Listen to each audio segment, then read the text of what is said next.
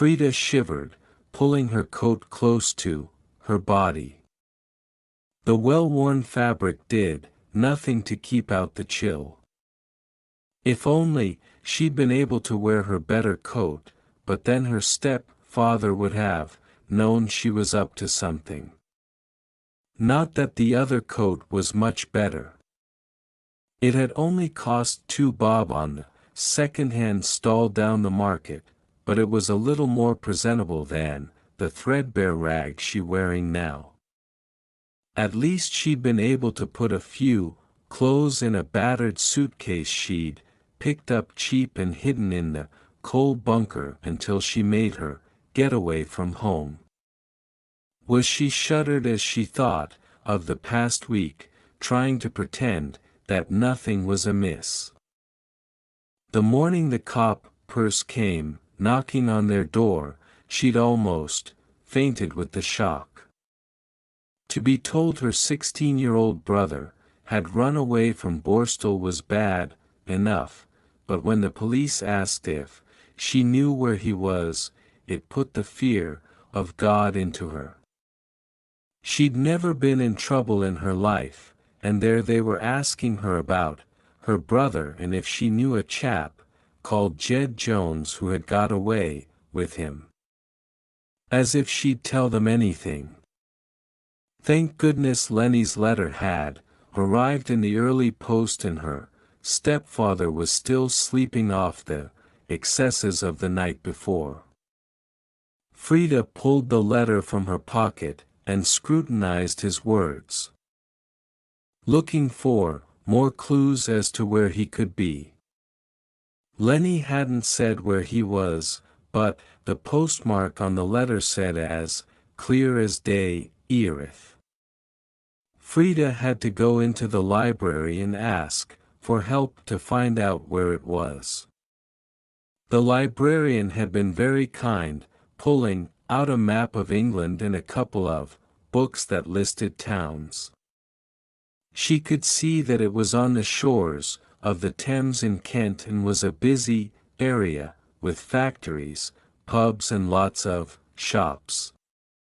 It was when she saw how many pubs there were that she remembered him mentioning a cellmate named Jed, whose father was the landlord of a pub called the Ship by the side of the Thames. If only Lenny had served his sentence of 8 years, he could have started life anew. Frida and Lenny had always looked out for each other, so she had to find him. He was her junior by just 13 months. Her mum still cursed that he'd taken her by surprise arriving so soon after his sister. Not that she bothered much with either of them once they could fend for themselves. She was soon off down the pub carrying on with her job as a barmaid. Her dad had always had time for them, even though he worked long hours at the foundry. She knew she shouldn't think such things, but sometimes she wished that her mum had perished in the flu outbreak and not her dad. He wasn't cold in his grave before Mum took up with the man they now called their stepfather. She couldn't remember the wedding. Being only 10 at the time, her memory was a little sketchy about things back then. In fact, she could hardly recall her dad's features at all. If she closed her eyes and emptied her mind of her life as it was now, she could just about remember him. The oily smell of the overalls he wore home from work each night and the distinctive pipe tobacco that he used. Yes, she could remember them if she tried hard. She only had to sniff a bar of carbolic soap to be reminded of times he dragged the tin bath in from outside and had his bath in front of the fire. Her dad liked to be alone then, reading the racing news while he had a good soak. It was always fun to help him empty the bath water in the backyard afterwards.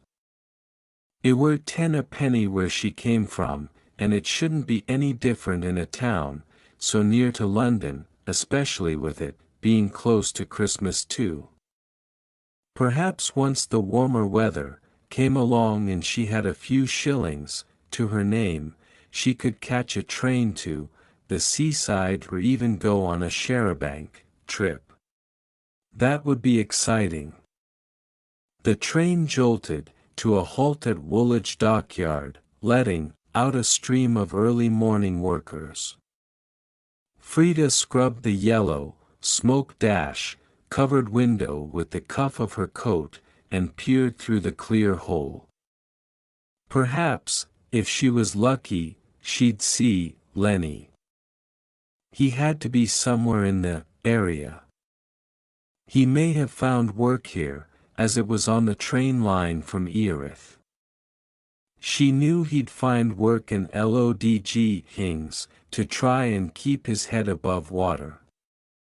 Then again, perhaps Woolwich was too far from Erith. The porter at Charing Cross station had told her how many stops there were to Erith. No point in looking for Lenny just yet, then. Frida yawned. It had been a long time since she left home and caught the milk train to London. She wondered what Erith was like. Too bad if it was a rotten place. She'd burnt her bridges and had to see things through now. Until she found Lenny, that was, and made sure he was safe. Her stepfather would never have her back in the house once he knew she'd pinched that 5 bob out of his pocket when he'd come home drunk again. No, she'd get a belt round the ear for that, at the very least. As long as she was brave and stuck to her plan, she'd soon find Lenny, sort him out, and things would be fine. She frowned as she looked at his words on the crumpled page. Sorry, Frida, I couldn't stick it a minute longer. I took me chance and legged it along with another bloke while we was on gardening duty. I just wanted you to know I was doing all right. Once the coppers get Tommy Whiffen, I'll be a free man. Take care of yourself. Free man. She snorted to herself. He's no more than a kid with silly ideas, and it was his silly ideas that got him in with the wrong crowd to begin with, and now, look at him. Would she always have to go through life sorting out her little brother's problems? She'd have to stop worrying about Lenny until she had a bed to sleep in and had found herself a job. The few bob in her pocket wouldn't last long. Her eyelids started to feel heavy as she sank down into her seat, resting her head on the edge of the window. The steam train chugged on towards Erith and her new life. Flakes of snow started to fall. She could see a dusting of white as it settled on the high banks of the railway line. Oh good, it might be a white Christmas, she thought, as her eyes closed. The next station's Erith, sweetheart. Do you want some help getting your suitcase down from the rack? Frida stretched her arms and yawned.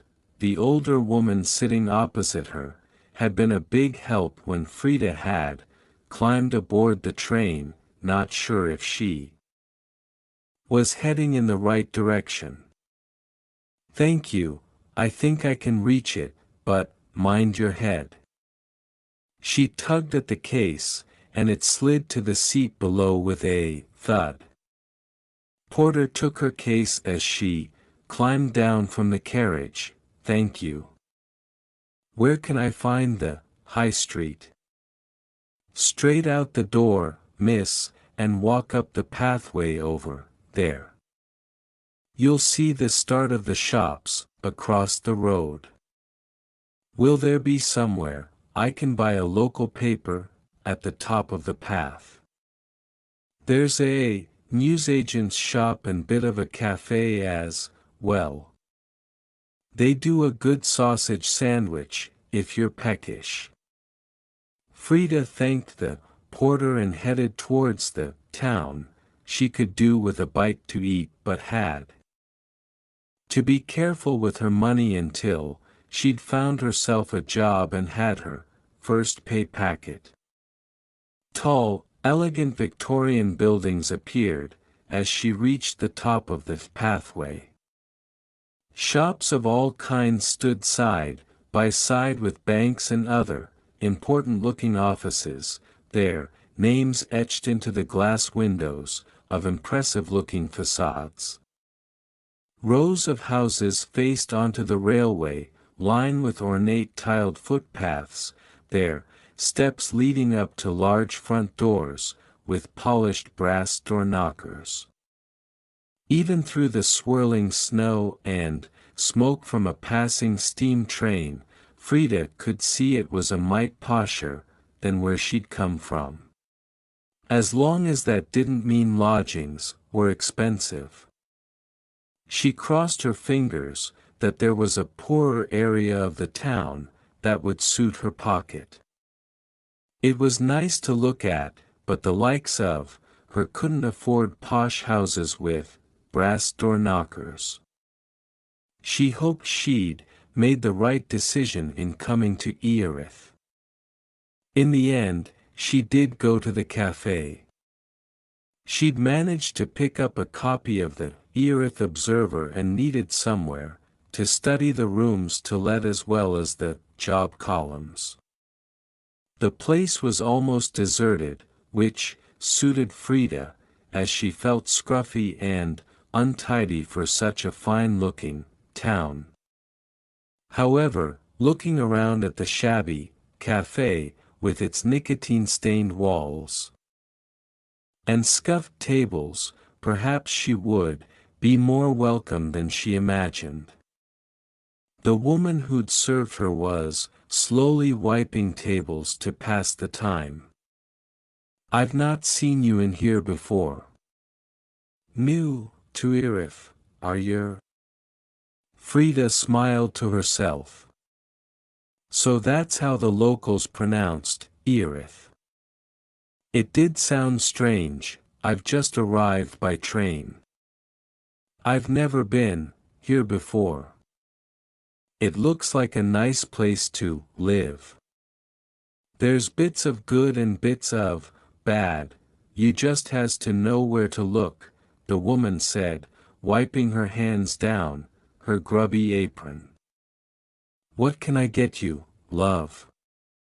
Of breakfast?"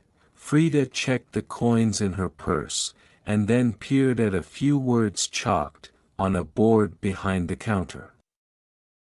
"I'll just have a mug of tea, please." The woman looked at the skinny girl in front of her. How's about a bit of bread and scrape? Tasty and filling, and on the house. Though it's on the stale side. I was about to make some bread pudding with it. I can spare a slice." Frida wrinkled her nose. "Scrape? Yeah, dripping. You don't know what that is?" "I've just roasted a lump of beef, it's the gravy and fat out of the tin." Frida smiled. She knew well the rich juices and fat from the roasting pan that her mum saved in an enamel bowl. They had it on toast with a liberal sprinkling of salt each Monday for their tea. Her tummy rumbled loudly. Oh yes, I know. We call it bread and dripping, where I come from. Thank you very much. Well, you yourself down, and I'll bring it on over. Frida took off her coat.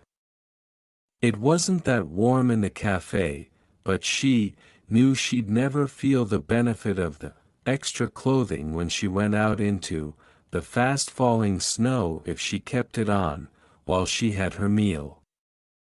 When the woman came over with the hot tea and a plate of bread and scrape, she peered at the page of the newspaper that Frida was carefully studying. Are you looking for somewhere to stay, love? She asked, putting the food on the table.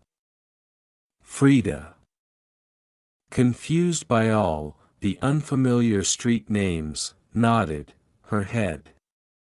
Her mouth watered as she looked at the food. Yes, but I can't afford a lot of money. Who can, love? But I knows just the place. Not far from here. There's a lady who lets rooms in Queen's Road. Cheap enough. Frida scribbled down the address as the woman gave it to her. Is it clean? Couldn't say, love, but beggars can't be choosers. You need a bed and she's got one. Can't say much more than that. Oh, and, if you're looking for work, Woolies are taking on shop girls for the holidays. Get yourself round there this afternoon. I heard some posh-looking tart talking about it when she was in here. Look sharp, though, 'cause I reckon there'll be loads of girls after jobs there. Frida beamed at the woman. Thank you. Is Wool Worth's the best place to work in Erith? Nah, you'll be wanting Headley Mitchell for the best shop jobs. She looked Frida up and down. But they're fussy who they take on. Frida grinned to herself as she tucked into her break fast. That'd certainly put her in her place.